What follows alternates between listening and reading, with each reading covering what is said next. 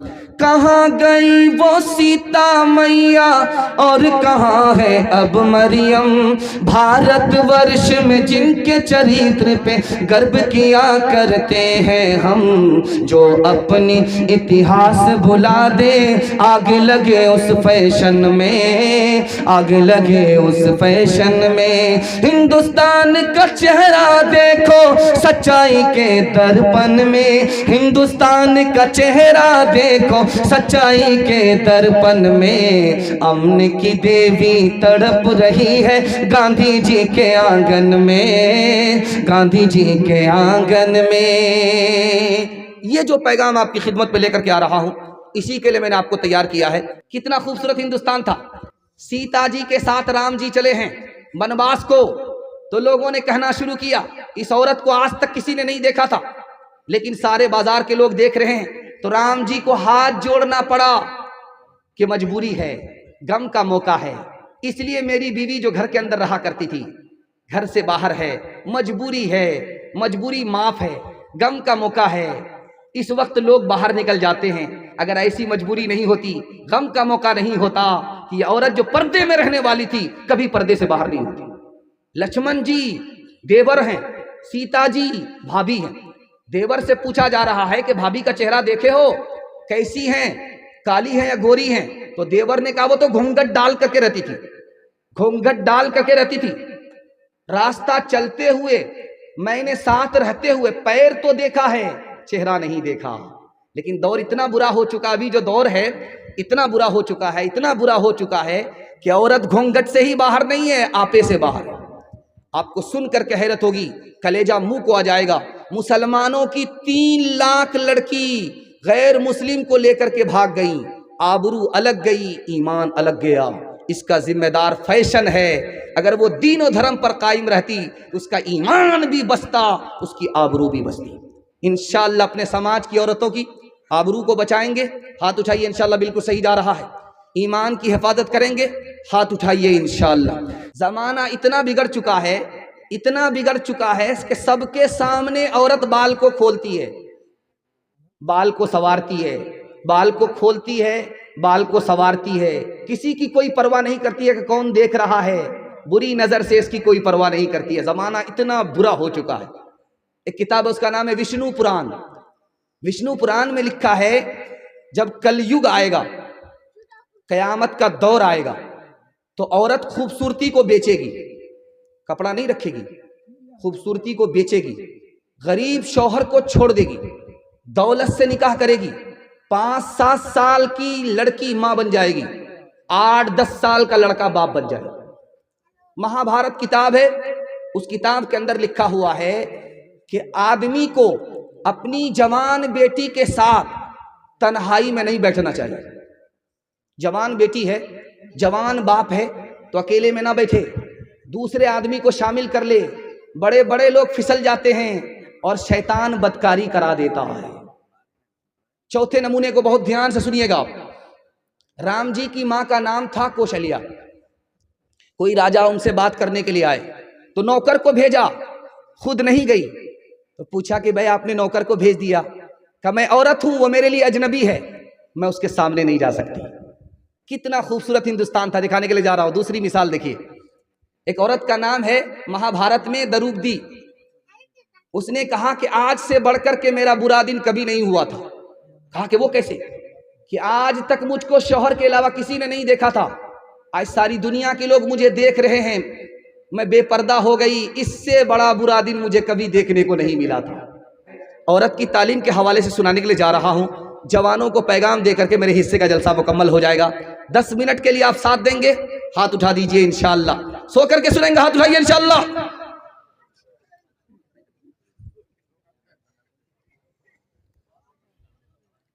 देखिए, मर्दों को पढ़ना लिखना जरूरी है, ये तो हमको समझ में आता है, लेकिन औरत को पढ़ना लिखना जरूरी क्यों है? जिस तरह मर्द मुसलमान होते हैं उसी तरह औरत भी मुसलमान होती है, इसलिए पढ़ना लिखना जरूरी है औरत के लिए भी। जिस तरह मर्द इंसान है उसी तरह औरत भी इंसान है। इंसानियत पर आने के लिए औरत को पढ़ना लिखना जरूरी है। एक खास बात बता रहा हूं, जरा ध्यान से सुनिएगा इसको। औरत का दीन मुकम्मल नहीं है, औरत की अकल मुकम्मल नहीं है हदीस के मुताबिक, उसका दीन मुकम्मल नहीं, उसकी अकल मुकम्मल नहीं। दीन कैसे मुकम्मल होगा? इल्म के साथ। दीन कैसे मुकम्मल होगा? इल्म के बगैर नहीं। अकल कैसे मुकम्मल होगी? इल्म के साथ। इसलिए औरत को मर्द से ज़्यादा इल्म हासिल करना ज़रूरी है। एक बात याद रखिए, हमारी दो तरह की बेटी होती है। एक बेटी वो होती है जिसको घर में ही रहना, घर से निकलना है, घर में रहना है, कहीं बाहर नहीं जाना है। इसको ज़्यादा पढ़ाने लिखाने की ज़रूरत नहीं है, कुरान पढ़ा दीजिए, उर्दू पढ़ा दीजिए, दीनियात पढ़ा दीजिए, काफ़ी है। लेकिन जिस लड़की को घर से बाहर निकलना है, तिजारत करनी है पर्दे के साथ, नौकरी करनी है पर्दे के साथ, उस लड़की को डिग्री दिलाना ज़रूरी है। एक खास बात याद रखिए, मैं आलिम हूँ, मर्द हूँ, औरत को तालीम करूँगा, औरत को पढ़ने की ज़रूरत नहीं है, ये गलत है। एक मर्द आलिम सारी औरत के लिए काफ़ी नहीं है, क्योंकि चाहे आलिम हो, आलिम से भी औरत को पर्दा है। पर्दे में बहुत सारी बात औरत नहीं पूछ सकती। दूसरी बात, एक घर में सारे लोग आलिम होते नहीं हैं, इसलिए औरत का आलिमा होना ज़रूरी है।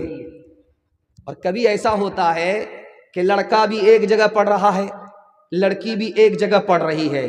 ध्यान से इसको सुनिएगा, लड़का लड़की अगर एक जगह पढ़े, सर सैयद अहमद खान ने कहा लड़की आवारा होगी, लड़की बदचलन होगी एक जगह पढ़ने की वजह से। अच्छा, हदीस में आता है बाहर से चंदा किए 1,08,400 कुछ रुपया उन दुआ की दरखास्त की है। अल्लाह अल्लाह उनके कबूल फरमाए और देने वाले को कबूल फरमाए। 1,08,400 अल्लाह उनकी जान में, माल में बरकत दे, उनकी आबरू की हिफाजत फरमाए। सब विदेश में हैं, ध्यान कीजिए, अल्लाह उनकी जान माल की इज़्ज़त आबरू की हिफाजत फरमाए और जिस मकसद में उन्होंने दिया है अल्लाह उस मकसद में 100% कामयाब फरमाए। ध्यान से सुनिएगा, जो सुनाने के लिए जा रहा हूँ, बहुत ध्यान से उसको सुनिएगा। आपका लड़का 12 साल का है, उसको माँ के साथ आप नहीं सुला सकते, उसका बिस्तर अलग कर दीजिए। आपकी लड़की 9 साल की है, उसको बाप अपने बिस्तर में एक साथ नहीं सुला सकता, उसका बिस्तर अलग। यहां पर देखिए कि एक ही माँ बाप हैं, एक ही माँ बाप की औलाद है। लड़की की उम्र 9 साल हो गई, बाप के साथ नहीं सो सकती। लड़का की उम्र 12 साल हो गई, लड़का माँ के साथ नहीं सो सकता। बहुत जबरदस्त फितना होता है। इसी तरह से अगर 9 साल की लड़की 12 साल का लड़का एक मकतब में पढ़े, फितना होगा, लड़की आवारा होगी। हाथ जोड़ करके आप लोगों से कहता हूं, 9 साल की लड़की को मकतब में मत भेजिए, 12 साल के लड़के को, 9 साल की लड़की को एक साथ मकतब में मत पढ़ाइए, दोनों के लिए अलग इंतजाम कीजिए। लड़का का मकतब अलग, लड़की का मदरसा अलग। एक मिसाल पर पैगाम खत्म कर रहा हूं, जरा ध्यान से सुनिएगा इसको। लड़की जा रही थी रास्ते से, एक मन चला उसको छेड़ता है, ज़य्यन्ना हालिन नाज़रीन, कुरान की आयत पढ़ करके कि देखने की चीज तो ये है जो सड़क से गुजर रही है। तो लड़की कितनी पढ़ी लिखी थी, नौकरानी थी, लेकिन इल्म से नौकर नहीं थी, इल्म से और हुनर से माला माल थी। उसने जवाब दिया कुरान से ही, हफिज़नाहा लिन्नाज़रीन, ताक झांक करने वाले शैतान, शैतान से अल्लाह की पनाह। लड़का तीसरी आयत पढ़ता है, नुरीदु अन नअकुल मिनहा व तत्मइन्न कुलूबुना, हम तुमसे फायदा उठाना चाहते हैं। तो लड़की ने चौथी आयत पढ़ी, लन तनालुल बिर्र हत्ता तुनफिकू मिम्मा तुहिब्बून, बगैर निकाह के, बगैर महर के हमसे फायदा नहीं उठा सकते। तो लड़के ने अगली आयत पढ़ी, वल्लज़ीना ला यजिदून निकाहा, मेरे पास तो निकाह का सामान ही नहीं है। तो लड़की ने अगली आयत पढ़ी, उलाइका अन्हा मुबदून, फिर खड़े खड़े क्या देखते हो, चलो दूर हटो। तो लड़के ने खिसिया करके लड़की को बद्दुआ किया, लानतुल्लाहि अलैक, कुरान की आयत पढ़ दिया, अल्लाह की लानत तुम्हारे ऊपर हो, अल्लाह की मार तुम्हारे ऊपर। और लड़की उससे ज्यादा पढ़ी लिखी थी, उसने उसका जवाब दिया, लिज़्ज़करी मिस्लु हज़्ज़िल उन्सैन, मेरे ऊपर तो सिंगल लानत है, तुम्हारे ऊपर डबल डबल अल्लाह की लानत हो। तालीम औरतों को भी देनी जरूर है, देनी जरूर है। लड़की जो बेपढ़ी हो तो वो बेशूर है, बेशूर है। हुस्ने मुआशरत में सरासर फतूर है और इसमें वालिदैन का बेशक कसूर है, बेशक कसूर है। नौजवानों के हवाले से 2 पैगाम। नौजवान सुनने के लिए तैयार है? दोनों हाथ उठाइए इंशाल्लाह। बूढ़े लोग गलती से हाथ मत उठाइएगा। आप लोग इस दुनिया में जवान होने वाले नहीं। जलसे में 100 बार भी दुआ होगी फिर भी आप जवान नहीं होंगे। जन्नत में अल्लाह आपको जवान फरमाएगा। ध्यान से सुनिएगा, जल्दी से निकल जाएगा।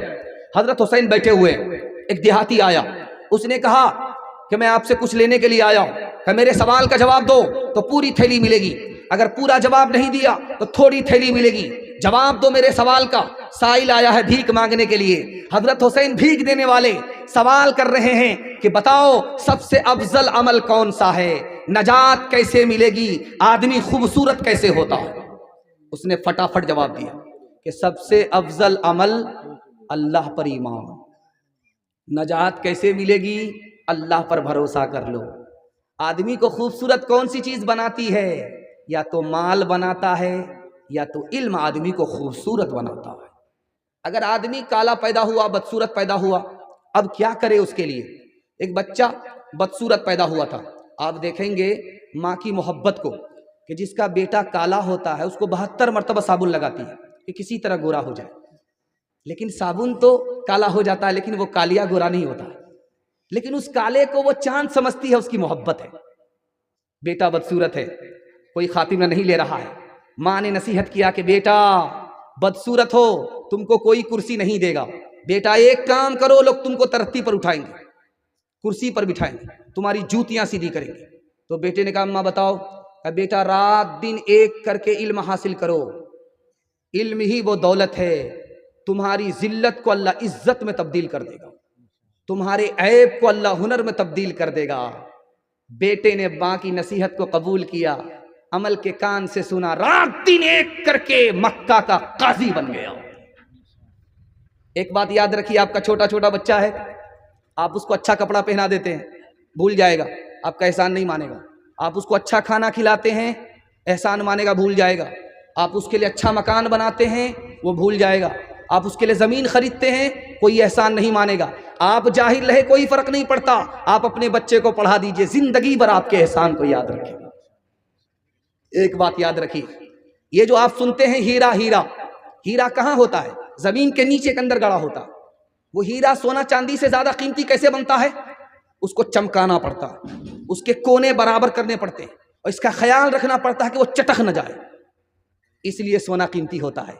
आपको किसान के तरह 4 काम करने पड़ेंगे, आपके बच्चे को अल्लाह हीरा बना देगा। किसान का सबसे पहला काम जानते हैं क्या होता है? किसान सबसे पहला काम करता है खेत तैयार करता है, चाष करता है, समार करता है, चौकी देता है, बिल्कुल खेत को हलवा बनाता है। ये खेत मिसाल है माँ की, माँ जितनी अच्छी होगी उसकी गोद का बच्चा उतना अच्छा होगा। उसके बाद किसान दूसरा काम क्या करता है? बीज डालता है, मकई का बीज डालता है, गेहूं का बीज डालता है। ये बीज मिसाल है बाप की, बाप जितना पढ़ा लिखा होगा, बाप जितना नेक होगा, उसका बच्चा उतना नेक होगा। तीसरा काम किसान क्या करता है? वक्त पर पानी देता है, वक्त पर खाद देता है। ये वक्त पर खाद, वक्त पर पानी क्या है? आपके बच्चे को स्कूल के वक्त में स्कूल भेजना पड़ेगा और मदरसे के वक्त में मदरसा भेजना होगा। अभी मकई है, ठीक ठाक है, सारे बच्चे स्कूल में, सारे बच्चे मदरसे में।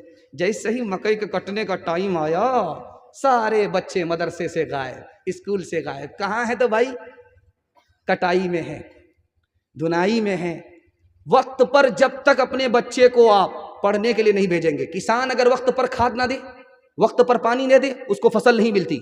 आप अपने बच्चे को जब तक वक्त पर स्कूल नहीं भेजेंगे, मदरसा नहीं भेजेंगे, आपको नस्ल अच्छी नहीं मिलेगी। चौथा काम किसान क्या करता है? फाजिल घास निकालता है, स्प्रे करता है, अथवा बथुआ सबको साफ कर देता है। स्प्रे करता है, अथवा बथुआ सबको साफ कर देता है।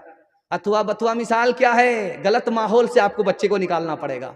बाप ड्राइवर, बेटा खलासी, गाड़ी का नंबर 786। एक नंबर का मोबाइल बाज, रात दिन मोबाइल में लगा हुआ है। अब बेटा देख रहा है, जैसे ही फुर्सत मिली मोबाइल को बेटे के हाथ में आ गया। अब बेटा कहां से कहां पहुंच गया, उसके दिमाग को वायरस लगा, उसके दिल को वायरस लगा, ये बच्चा कभी आगे नहीं बढ़ेगा। कसूर माँ बाप का है और इल्जाम बच्चे को देना बकवास है। जब आप घर में ढोल बजाएंगे तो बच्चे डांस करेंगे, कसूर माँ बाप का है, इल्जाम बच्चे पर देना बेकार है। ध्यान से सुनिएगा, जल्दी से निकल जाएगा। दुआ करता हूं, कबूलियत की घड़ी है, अल्लाह आपके बच्चे को मुकद्दर का सिकंदर बनाए। ध्यान से रखिएगा, 2-3 बात याद रख लीजिए, कुछ याद रहे या ना रहे बच्चों के हवाले से। जब बच्चा आपका घर में रहे, झगड़ा मत कीजिएगा। बच्चा घर से निकल जाए, कुर्सी फोड़िए, बर्तन तोड़िए, जो तोड़ फोड़ करना है करते रहिए, लेकिन बच्चा जब घर के अंदर रहे झगड़ा मत कीजिएगा। बच्चा माँ बाप के झगड़े को अगर देखेगा तो निगाह से गिरा देगा, न जवानी में कदर करेगा न बुढ़ापे में इज्जत देगा। और दूसरी बात याद रखिए बच्चों के हवाले से, बात बात पर बच्चे को मत मारिए, डराइए धमका करके काम निकालिए, बात बात पर मत मारिए, आपका बच्चा बेशरम और बेहया हो जाएगा। जो बच्चा बेशरम और बेहया होगा न वो अच्छा इंसान बनेगा न वो अच्छा मुसलमान बनेगा। तीसरी बात को याद रखिए, बच्चा जब घर के अंदर रहे आप स्क्रीन टच मोबाइल मत देखिए, संदूक में बंद कर दीजिए। बच्चे का मोबाइल खुद ब खुद छूट जाएगा, क्योंकि खरबूजा खरबूजे को देख करके रंग पकड़ता है। और जब बच्चा घर से निकल जाए तो आप मोबाइल में कुरान सुनिए, बयान सुनिए, अजान सुनिए, चलेगा। आप अपने बच्चे को सिर्फ मोबाइल से बचा लीजिए, मैं गारंटी लेता हूं आपका बच्चा मुकद्दर का सिकंदर होगा। आप खुशनसीब बाप होंगे कि आपका बच्चा दीन दुनिया दोनों की भलाई से माला माल होगा। ध्यान से सुनिएगा, हकीम जालिनूस बहुत बड़ा हकीम गुजरा है, ईसा अलैहिस्सलाम के दौर का हकीम है। उससे पूछा गया कि इतने बड़े हकीम आप कैसे बने? कहा मेरे दोस्तों ने जितना पैसा शराब में बर्बाद किया, मैंने उससे ज्यादा पैसा चिराग के तेल में बर्बाद किया, इसलिए मैं इतना बड़ा हो गया। अब वो कहीं के नहीं रहे। लुकमान हकीम से पूछा आप इतने बड़े आदमी कैसे बने? कहा मैंने नाबीना को देखा, वो फूक फूक करके कदम रखता है, टटोलता है पहले, तो मैंने हर काम करने से पहले अंजाम को सोचा, इसलिए मैं इतना बड़ा आदमी बन गया। इमाम गजाली से पूछा आप इतने बड़े आलिम कैसे बन गए? जो चीज मुझे मालूम नहीं थी वो मैंने हासिल किया, इल्म ने मुझको इतना बड़ा कर दिया। हसन बसरी ताबई हैं, उनसे पूछा कि आप इतने बड़े कैसे हो गए? कहा कि मैं दो साथी से इल्म हासिल करता था, उनके पास इल्म कम था, मेरे पास इल्म ज्यादा था, इसलिए अल्लाह ने मेरा रुतबा बड़ा कर दिया। ध्यान से सुनिएगा, रात का वक्त था, बादशाह ने ख्वाब में देखा कि मेरे सारे दांत गिर गए। बादशाह ने देखा है रात में ख्वाब कि मुंह के सारे दांत गिर गए।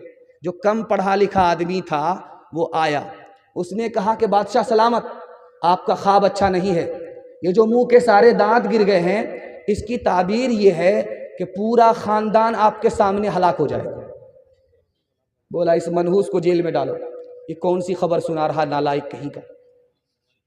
दूसरा आदमी जो सबसे ज्यादा पढ़ा लिखा था उसको बुलाया, कहा कि बताओ कि मेरे मुंह से दांत गिर गए, मैंने ख्वाब देखा, क्या मतलब? कहा हुजूर ख्वाब बहुत अच्छा है। कहा कि वो कैसे? कहा पूरे खानदान में आपकी उम्र सबसे ज्यादा होगी, बात गर्चे बेसलीका हो कलीम, बात करने का सलीका चाहिए। इंशाअल्लाह पेट पर पत्थर रख करके, सर पे कफन बांध करके, औकात को दाव पे लगा करके खुद जाहिल रहेंगे, अपने बच्चे को जाहिल नहीं रखेंगे। हाथ उठाइए इंशाअल्लाह। बहुत खूबसूरत बड़ा अच्छा माहौल है। खुदा तुझे किसी तोहफा से आशना कर दे कि तेरे बहर की मौजों में इज़्तिराब नहीं, तुझे किताब से मुमकिन नहीं फराग के तो किताब ख़्वाह मगर साहिबे किताब नहीं। जवानों का आखिरी पैगाम सुना रहा हूँ, जवान लोग तैयार हो जाइए, आखिरी पैगाम 3 मिनट के सुनने के लिए। आप लोग तैयार हैं? ध्यान से सुनिएगा। इंशाअल्लाह हमारा जवान टिकट कटाएगा दिल्ली में पठान देखने के लिए, हाथ उठाइए इंशाअल्लाह। खैर वोटर लिस्ट में नाम नहीं आया, चलेगा, बाईपास चला गया वो। ध्यान से सुनिएगा, हमारा जवान दारू क्यों पीता है? एक एक जुमले को जरा नोट कीजिएगा, मैं वजह बताने के लिए जा रहा हूं। हमारा जवान क्यों दारू पीता है? पहली वजह क्या है? बाप दादा को देखा दारू पीते हो, इसलिए उसकी मीरास को ढो रहा है। मेरा बाप पीता था तो मैं क्यों नहीं पीऊंगा, मेरा दादा पीता था, ये मीरास मेरे घर में आई है बाप दादा से, उस मीरास को ढो रहा है। अब गौर कीजिए कि आप अपनी आदत को बदलिए, वरना कल आपकी औलाद आपकी आदत पर आ जाएगी। आप दारू पीते थे, आपकी औलाद भी दारू पिएगी। तो पहली वजह हमारा जवान दारू क्यों पी रहा है? बाप दादा को दारू पीते हुए देखा। दूसरी वजह बताने के लिए जा रहा हूं, हमारा जवान दारू क्यों पी रहा है? माहौल ही गलत है, उल्टा सीधा लोगों के साथ बैठ रहा है, उल्टे सीधे माहौल में है, इसलिए दारू पी रहा है। तीसरी वजह दारू क्यों पी रहा है कि थका हुआ है, काम करते करते थक गया, उसको ये एहसास है कि दारू पी लेंगे थकावट दूर हो जाएगी। थकावट दूर करने के लिए दारू पी रहा है। चौथी वजह, वो ये समझता है कि मैं अभी बेचैन हूं, दारू पी लूंगा तो मुझको सुकून मिलेगा, सुकून के लिए दारू पीता है। और पांचवी वजह जानते हैं क्यों दारू पीता है? दारू इसलिए पी रहा है कि वो सोचता है कि दारू पीने के बाद मैं ताकतवर हो जाऊंगा, मोटा हो जाऊंगा, मेरे अंदर सेहत आ जाएगी, ताकत आ जाएगी। इसलिए दारू पीता नहीं था, दारू पीने वाले के साथ उठना बैठना शुरू किया, पीने लगा, इस वजह से दारू पीता है।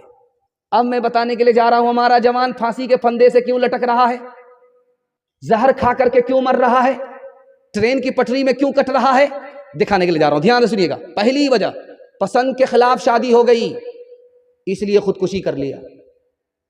लड़की ने धोखा दे दिया, जिससे इश्क करता था, व्हाट्सएप की लड़की बड़ी मुश्किल से ढूंढ करके लाया था, जेब काट करके चली गई, ये धोबी का गधा, ना घर का रहा ना घाट का रहा।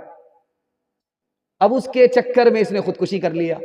तीसरी वजह, बेरोजगार है, माली परेशानी ने, जेब में पैसा नहीं है, खुदा के खजाने पर भरोसा नहीं, खुदकुशी कर लिया।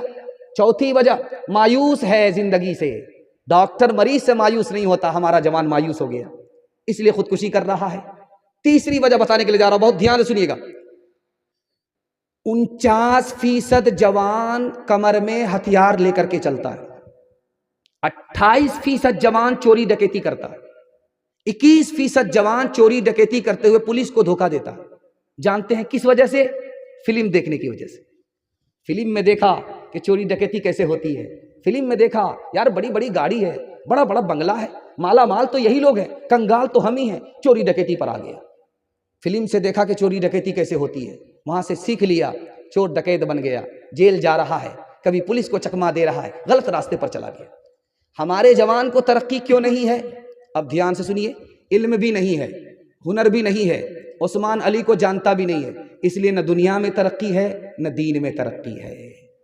हमारे जवानों को अल्लाह ने ऐसा नवाजा है, बिहार के जवानों को, लोग कहते हैं कि आईएएस अफसर सबसे ज्यादा बिहार के लोग बनते हैं, आईएएस अफसर सबसे ज्यादा लोग बिहार के बनते हैं।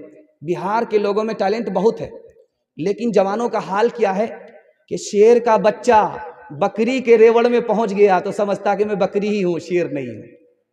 जवानों के लिए मैं आपको बताने के लिए जा रहा हूं, आप किस तरह जिंदगी गुजारेंगे, एक लाइन में फॉर्मूला देने के लिए जा रहा हूं। हर काम अपने वक्त में अच्छी लगती है। आप पढ़ाई के वक्त में पढ़ाई कीजिए, शादी के वक्त में शादी होगी, पढ़ाई के वक्त में अगर शादी करेंगे तब तो गए, शादी के वक्त में अगर पढ़ाई करेंगे तब तो गए। हर चीज अपने वक्त में अच्छी लगती है, पढ़ाई के वक्त में पढ़ाई, शादी के वक्त में शादी। अरे आप पढ़ाई तो कर लीजिए, टोकरी टोकरी लड़की आ जाएगी, दुनिया भर की दौलत आपके कदमों में आ जाएगी। पहले तो आप लगाम को अपने हाथ में हासिल कर लीजिए, इंशाअल्लाह अल्लाह इज्जत की चोटी पर पहुंचा देगा।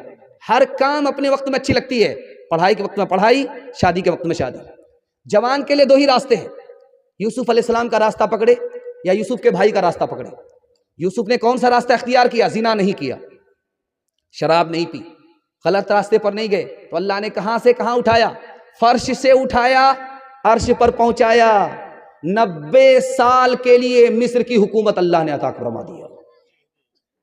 हमारे जवानों को किसका रास्ता इख्तियार करना, किनका? हजरत यूसुफ अलैहिस्सलाम का। इंशाअल्लाह जिना नहीं करेंगे, जिना की तरफ नहीं जाएंगे। दूसरा रास्ता कौन सा है? यूसुफ के भाइयों का।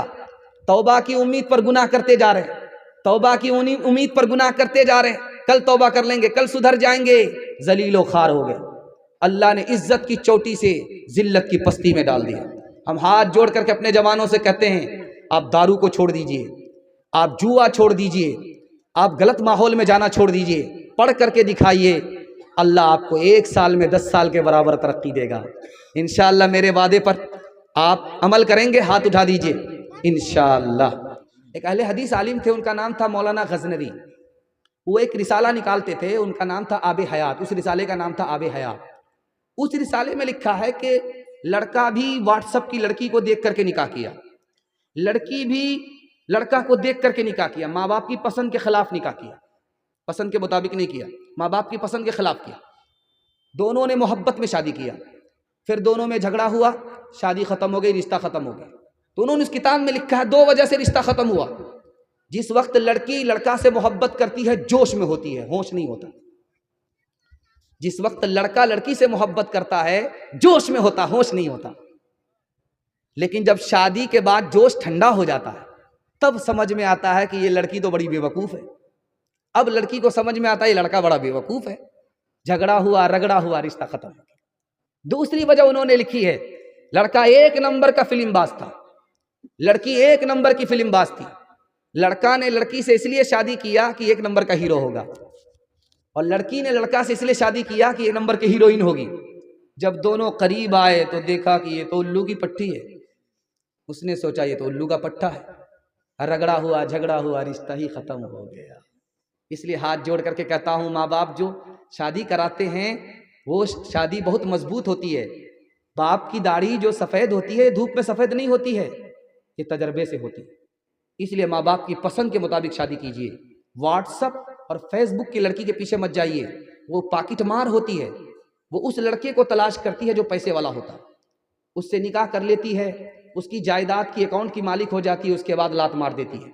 ये धोबी का गधा न घर का रहता है न घाट का रहता है। इंशाअल्लाह हमारा जवान नशा से बचेगा, फिल्म से बचेगा, जुआ से बचेगा। हाथ उठा दीजिए इंशाअल्लाह।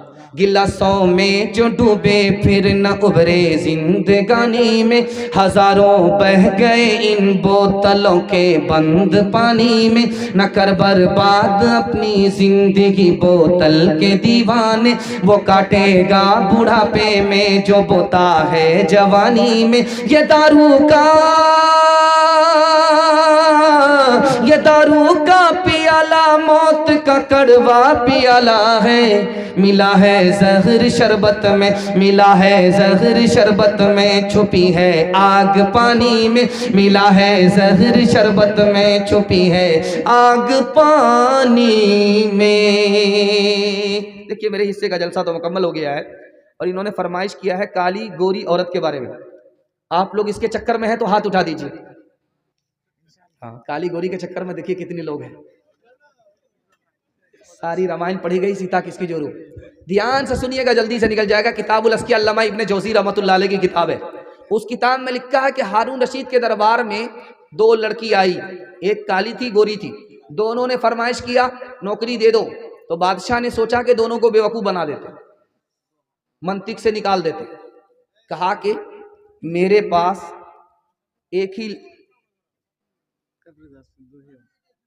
पास एक ही लड़की के लिए नौकरी है, दूसरी को मैं दे नहीं सकता।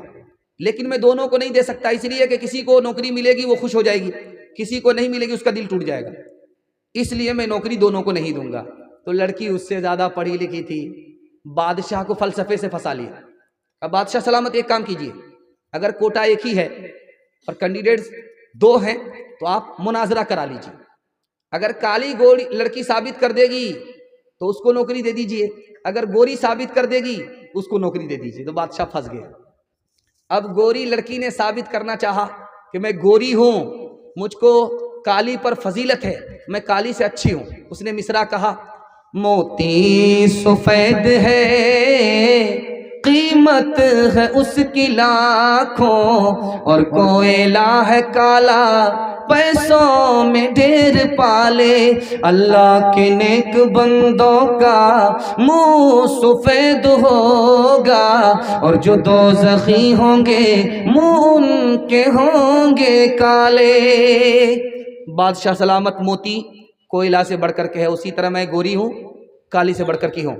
जन्नती गोरे होंगे, जहन्नमी काले होंगे, जहन्नमी से बढ़कर के जन्नती हैं, उसी तरह मैं गोरी हूँ काली से बढ़कर के हूँ। तो काली ने झट से कहा, है मुश्क नाफा काली कीमत में बेशगाली, रोई सफेद है पैसों में ढेर पाली। आँखों की पुतली काली है नूर का वो चश्मा, और आँखें की सफेदी है नूर से वो खाली। काली ने कहा कि बादशाह सलामत कस्तूरी काली होती है रूई से बढ़कर के, उसी तरह मैं काली हूँ, सीरत वाली हूँ, सूरत वाली से बढ़कर के। आँख की पुतली काली होती है, उसी में रोशनी होती है, उसी तरह मैं रोशनी हूँ, सीरत वाली हूँ, गोरी से बढ़कर के हूँ। तो गोरी ने सोचा अगर मैं खामोश रही, मुशायरा चल रहा है, तो काली बाजी ले जाएगी, उसने एक मिसरा कहा, कागज सफेद है कुरान पाक वाले। अभी वो दूसरा मिसरा क्या लगाती, झट से काली ने कहा, और उन पे जो लिखे हैं कुरान के हर्फ काले। बादशाह ने वजीर से कहा, क्या चल रहा है? कहा, हुजूर पहले तो औरत का झगड़ा चल रहा था, यहाँ से रगड़ा चल रहा। कहा, क्या करना चाहिए? कहा, बखेड़ा तो आप ही ने खड़ा किया है, थोड़ा सा सबर कर लीजिए, देखिए ऊंट किस करवट पे बैठता है। तो एक लड़की ने कहा, मीलाद का जो दिन है रोशन वो बिल यकीन है। हमारे नबी दिन में आए, दिन गोरा होता वैसे मैं गोरी हूं, मुझे इस पर फजीलत है। तो झट से काली ने कहा, मेराज की जो शब है काली है या नहीं है।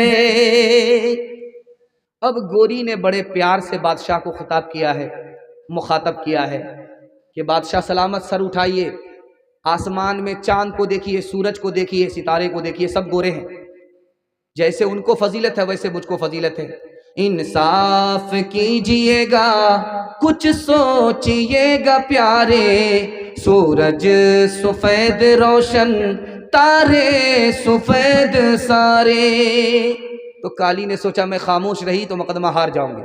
उसने बादशाह से कहा, इंसाफ कीजिएगा, है आप अक्ल वाले, काला गिलाफ काबा हजरत बिलाल काले। कितना ऊंचा। बादशाह ने सर पकड़ लिया, वजीर से पूछा क्या करें? कहा, हुजूर दोनों को नौकरी दे दीजिए, भलाई इसी में है, वरना क़यामत की सुबह तक मुशायरा जारी रहेगा। कितना ऊंचा कस, कितना ऊंचा आयशा का है मकाम, कितना ऊंचा आयशा का है मकाम, कितना ऊंचा आयशा का है मकाम। हश्र तक उन्हीं के घर पर है मोहम्मद का क़याम, हश्र तक उन्हीं के घर पर है मोहम्मद का क़याम। दुनिया में औरतों की कोई इज्जत नहीं रही, बिफातिमा सी अब कोई औरत नहीं रही। औलाद मांगती है ये पीरान पीर से, पीरों को ये मनाती है कुरमा वो खीर से। औलाद मांगती है ये पीरान पीर से, पीरों को ये मनाती है कुरमा वो खीर से। बिदअत तो घर में रह गई, सुन्नत नहीं रही, बिफातिमा सी अब कोई औरत नहीं रही। जलसा मुकम्मल हो गया। आपको दिल से दुआ देता हूँ, अगर मुझे ज़्यादा चलाना पड़ेगा तो मेरा ही पंक्चर हो जाएगा। एक तो ऐसे ही आवाज़ बैठ रही है, ज़रूरत से ज़्यादा बोल भी दिया गया है। आपको कल भी जलसा सुनना है और फरमाइश होती रही, मैंने सुना दिया है, बस फरमाइश हो गई पूरी। अच्छा लग रहा है, बहुत अच्छा चल रहा है। ऐसा भी से बैठे हुए क्या लिखे था? वो दोहा के बारे में इन्होंने लिखा है। अच्छा, आखिरी फरमाइश है, इसको ज़रा सुन लीजिएगा, चूँकि हम लोग का इस वक्त जलसा मुसलसल चल रहा है। अगर एक जगह भ्रष्ट हो गए दूसरी जगह जनाजा ही उठ जाएगा। ज़रा ध्यान से सुनिएगा, बिल्कुल जल्दी से निकल जाएगा। आप देखेंगे हाथ में खुजली होती है तो लोग कहते हैं कि अल्लाह दायां हाथ है, माल आएगा, ससुर ने कमा करके रखा। और अगर बाएं हाथ में खुजली हो गई तो क्या कहते, माल जाएगा। इधर खुश होता है, उधर मुसीबत में मायूस होता है। और जब आंख फड़फड़ाने लगती है तो क्या कहते हैं, यार मुसीबत आने वाली है। इसका राज बता रहा हूँ। हाथ की खुजली से माल आता और जाता नहीं है। हाथ की खुजली खून के मीठा होने की वजह से, खून जब मीठा होगा तो आपके हाथ में खुजली हो, आदमी हो गया वहमी, उसको मुकद्दर पर भरोसा ही नहीं। और आँख जो फड़फड़ाती है कोई नुकसान होने वाला नहीं है, बल्कि बलगम और थूक खराब हो गया, इसकी वजह से आँख फड़फड़ाती है। फसादे बलगमी से आँख रह रह कर फड़कती है, दगा जिस दिल में हो छाती वही बार बार धड़कती है। आप देखेंगे ट्रेन में जो बगैर टिकट के बैठता है, टीटी को देखते ही पेशाब खाने में जाता है। टीटी को भी अंदाज़ा हो जाता है कि इतनी देर से इसको पेशाब नहीं लगा, ज़रूर दाल में काला है, पूरी दाल काली मालूम होती है। नबस पर हाथ रख, जैसे ही टीटी रखता है तो नबस तेज़ हो जाती है, अंदाज़ा हो जाता है बगैर टिकट के है ये। इसी तरह से आप देखेंगे जब आदमी खाना खाने लगता है तो उसको हिचकी आती है, तो उसमें कोई बोलता क्या है यार तुमको कोई याद कर रहा है, गलत है। सही से खाना नहीं खाया गया इसलिए हिचकी आ रही है, सही से पानी पिया नहीं गया इसलिए हिचकी आ रही है। अगर मुसलमान हो करके वहम पर चला जाए, इस्लाम पर ना रहे तो ये गुमराह हो जाएगा, गलत है। लतीफ़े की सूरत में अकीदे की बात हो रही है, इंशाअल्लाह कबूल करेंगे, हाथ उठा दीजिए। बिल्कुल सही जा रहा है। असल वजह क्या है, ये बात आई कहाँ से कि आदमी को हिचकी आती है, कोई याद करता है। उर्दू शायर ने शायरी में इस बात को नकल कर दिया, ये बात मशहूर हो गई, इतनी मशहूर हो गई कि हिचकी आने से कोई किसी को याद करता है, कि पढ़े लिखे मुसलमान की ज़बान से भी निकल जाता है, यार हिचकी आ रही है तुमको कोई याद कर रहा है। वक्त बर्बाद करता रहता हूँ, रोज फरियाद करता रहता हूँ, हिचकियाँ तुझको आ रही होंगी, मैं तुम्हें याद करता रहता हूँ, मैं तुम्हें याद करता रहता हूँ। एक बादशाह, मैं समझ रहा हूँ गर्म करने का इरादा है, गर्म पानी पिला करके, हथेली में बाल नहीं होता। एक बादशाह जो है फूटी कौड़ी किसी को देता नहीं था, एक नंबर का कंजर था, कंजूस था, बखील था, मक्खी चूस था, एक पैसा किसी को देता नहीं था। लेकिन हमेशा इस ख्याल में रहता था कि कोई मेरी तारीफ करे कि बड़ा सखी है। तो ऐसे लोगों का चमचा भी बहुत होता है। तो वो बैठ करके एक सवाल पूछा कि भाई मेरे हाथ में हथेली में बाल क्यों नहीं है। एक चमचा खड़ा हुआ, कहा हुजूर इसका जवाब है, आपका देते देते सखावत करते करते घिस गया है। कभी बेवकूफ मत बनाओ, ये रात के उजाले में सब पता चल रहा है, ये बताओ कि मेरी हथेली में बाल नहीं है, तुम्हारी हथेली में तो बाल नहीं है। कहा हुजूर आपका देते देते घिस गया, मेरा लेते लेते घिस गया। तो कहा कि बेवकूफ मत बनाओ, इतना बड़ा जलसा जो सुन रहा है, सबकी हथेली में बाल नहीं है। कहा हुजूर इसका भी जवाब मेरे पास है, आपका देते देते घिस गया, हमारा लेते लेते घिस गया। इन लोगों को कुछ मिलता ही नहीं है, इनका मारे हसरत के हाथ मलते मलते घिस गया है। 8 गांव के चौधरी 12 गांव के राव, 8 गांव के चौधरी 12 गांव के राव, अपने काम ना हो तो अपने काम ना हो तो ऐसी तैसी में जाओ, ऐसी तैसी में जाओ। बड़ा हुआ तो क्या हुआ जैसे पेड़ खजूर, बड़ा हुआ तो क्या हुआ जैसे पेड़ खजूर, पंछी को छाया नहीं, पंछी को छाया नहीं, फल लगे अति दूर, फल लगे अति दूर। तुलसी पक्षी के पिए घटे न शरीता नीर, तुलसी पक्षी के पिए घटे न शरीता नीर, दान दिए धन्ना घटे, दान दिए धन्ना घटे, जो साहे रघुवीर, जो साहे रघुवीर। आखिरी दोहा सुना रहा हूँ, आपकी फरमाइश को मुकम्मल करने के लिए जा रहा हूँ। आप देखेंगे मुसलमान जवान स्प्लेंडर से, पल्सर से 80 की स्पीड में जा रहा था, जैसे ही बिल्ली ने रास्ता काटा, डिस ब्रेक मार करके लाइट बंद करता है, 20 बार इधर थूकता है, 20 बार उधर थूकता है। 100 मरतबा कुत्ता रास्ता काटता है, कोई मसला नहीं, उल्लू का पट्टा कीमा बन जाता है कट करके, कोई मसला नहीं होता। लेकिन जैसे ही बिल्ली ने एक बार रास्ता काटा, इसका पेशाब रुक जाता है, नमस्कार हो जाती है, आगे बढ़ ही नहीं रहा, डिस ब्रेक मार करके वहीं रुका हुआ। अब देखिए मुसलमान है, मुसलमान होकर के इसका ख्याल कहाँ चला गया, रस्म पर आ गया, वहम पर आ गया, इस्लाम और जज़म से हट गया। देखिए दिखाने के लिए जा रहा हूं, दोहा के हवाले से देखिए क्या लिखा जा रहा है। मुसलमानों के यहां भी ये ख्याल गलत है, हिंदू धर्म में भी ये ख्याल गलत है। मुकद्दर का लिखा हुआ सबके साथ है। अगर सारी दुनिया मिलकर के आपको नुकसान पहुंचाना चाहे, मुकद्दर में नहीं है, नहीं होगा।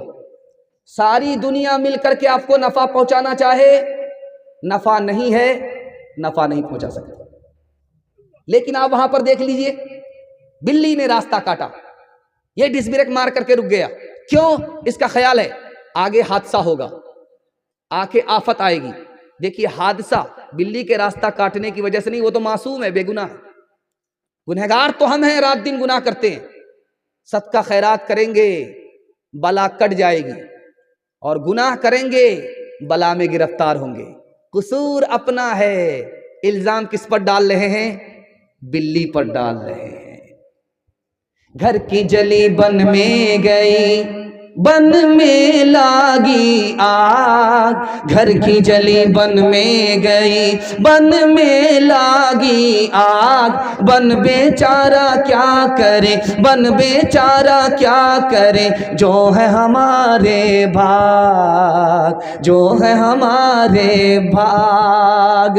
मैं ना जो मैं ना कहे, दूध भात नित खाए। मैं ना जो मैं ना कहे, दूध भात नित खाए। बकरी जो मैं करे, बकरी जो मैं करे, उल्टी खा ले खिंचाए, उल्टी खा ले खिंचाए। लकड़ी जल कोयला भई, कोयला जल भयो राख। लकड़ी जल कोयला भई, कोयला जल भयो राख। मैं पापी न ऐसी जली, मैं पापी न ऐसी जली, कोयला भई न राख, कोयला भई न राख।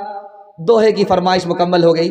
आपसे वादा ले रहा हूं, 3 काम पर खड़े हो जाइए, जिंदगी भर के लिए जलसा कामयाब हो जाएगा। आपके घर में कभी मुसीबत नहीं आएगी, आफत नहीं आएगी। 3 काम को छोड़ दीजिए। हाथ उठा करके वादा कीजिए, अल्लाह की इबादत करेंगे इंशाअल्लाह, रसूलुल्लाह की इताअत करेंगे इंशाअल्लाह, मखलूक की खिदमत करेंगे इंशाअल्लाह। 3 काम छोड़ दीजिए, मसनद रसूल पर बैठ करके मैं गारंटी लेता हूं आपके घर में कभी आफत नहीं आएगी इंशाअल्लाह। गुनाह नहीं करेंगे, गलत नहीं कमाएंगे, गलत माहौल में नहीं जाएंगे। न्यूज़ के लिए, खबर के लिए टीवी घर में रखेंगे, हाथ उठाइए इंशाअल्लाह।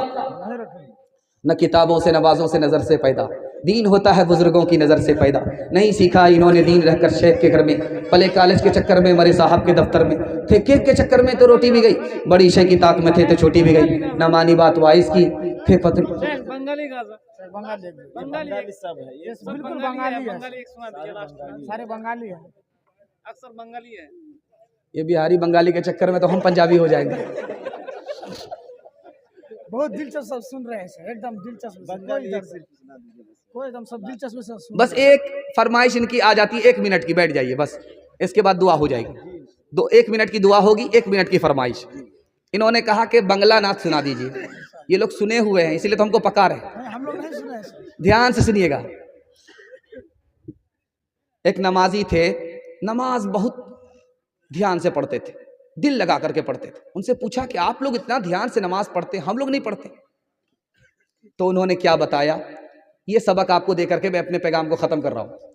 उन्होंने कहा, जब मैं नमाज पढ़ता हूँ तो मेरा मुंह काबे की तरफ होता है, ये मेरे दिमाग में होता है, और मेरा जो पैर खड़ा है इसके नीचे पुलसरात है, ये ख्याल में मेरे रहता है। दाईं तरफ मैं समझता हूँ कि जन्नत है, ये ध्यान रहता है। बाईं तरफ जहन्नम है, इसका तसव्वुर रहता है। पीछे मलकुल मौत है, इसका ख्याल रहता है। और ये ख्याल ज़रूर रहता है कि मेरी ज़िंदगी की आखिरी नमाज है। और फिर इस पर खौफ ये रहता है कि पता नहीं कबूल होगी कि नहीं होगी। इंशाअल्लाह फुर्सत होगी, जुमा में नमाज पढ़ेंगे, हाथ उठाइए। नमाज के बोलो ना काज छे, काज के बोलो আমার নামাজ আছে, নামাজ কে বলো না কাজ আছে, কাজকে বলো আমার নামাজ আছে। নামাজ বিহীন পরো পরে কে জবাব দিবে তুমি প্রভুর কাছে। ফজর কাটে ঘুমের ঘরে जोहर कजे कजे, असर कटे खेलै दोलाय, मागरिब मजे मजे এশার সময় হয়ে গেলে থাকো পিছে দুনিয়ার পিছে। নামাজকে বলো না কাজ আছে, কাজকে बोलो अमर नमाज छे। बस इसी फरमाइश में एक बंगला शायरी आएगी, आपको ध्यान से सुनिएगा। दो कीड़े होते हैं दुनिया में, एक कीड़ा जो है रेशम को तैयार करता है, बड़ा कीमती होता है। एक कीड़ा जो है वो रेशम तैयार करता है, उस कीड़े को लाखों में करोड़ों में खरीदा जाता है। उस कीड़े का काम होता है, उसको शहतूत का पत्ता दिया जाता है और वो रेशम को तैयार करता रहता है। और एक कीड़ा है, उसका नाम है मकड़ी, वो जाला लगाती रहती है, आपने देखा होगा। दोनों कीड़े में अफजल कौन है दिखाने के लिए जा रहा हूं। नबी की सीरत का मिसरा आपकी खिदमत में आ रहा है, सीरत के हवाले से मिसरा आ रहा है बंगला जुबान में, उसका नमूना आपकी खिदमत में आ रहा। ध्यान से सुनिएगा। दो कीड़े हैं दुनिया में, एक रेशम का कीड़ा है, वो कीमती होता है, लाखों में उसको खरीदा जाता है, और मकड़ी की तरफ किसी का ध्यान नहीं है। रेशम के कीड़े से रेशम तैयार होता है और मकड़ी से जाला तैयार होता है। लोग उसको साफ सुथरा करके फेंक देते हैं, मकड़ी को भी मार देते हैं। दोनों कीड़े में अफजल कौन है? तो मुहद्दिसीन ने लिखा है कि रेशम के कीड़े से अफजल मकड़ी है। कहा कि वो क्यों? कहा रेशम का कीड़ा तो रेशम तैयार करता है, मकड़ी ने गारे सौर में जाला बुन दिया था नबी की हिफाजत में, ये रेशम के कीड़े से भी बढ़ कर के। मोहम्मद तुमी गो खुदारो प्यारा, अमीना मायर तुमी नयनेरी तारा। मोहम्मद तुमी गो खुदारो प्यारा, अमीना मायर तुमी नयनेरी तारा। अमीना माয়ের তুমি নয়নেরি তারা, এসেছিলেন তুমি ওগো সেনি শিরাতে, মুখেতে খোদার বাণী কোরআন হাতে। अल्लाह ताला मुकम्मल सुनाने को, आपके मुकम्मल सुनने को कबूल फरमाए।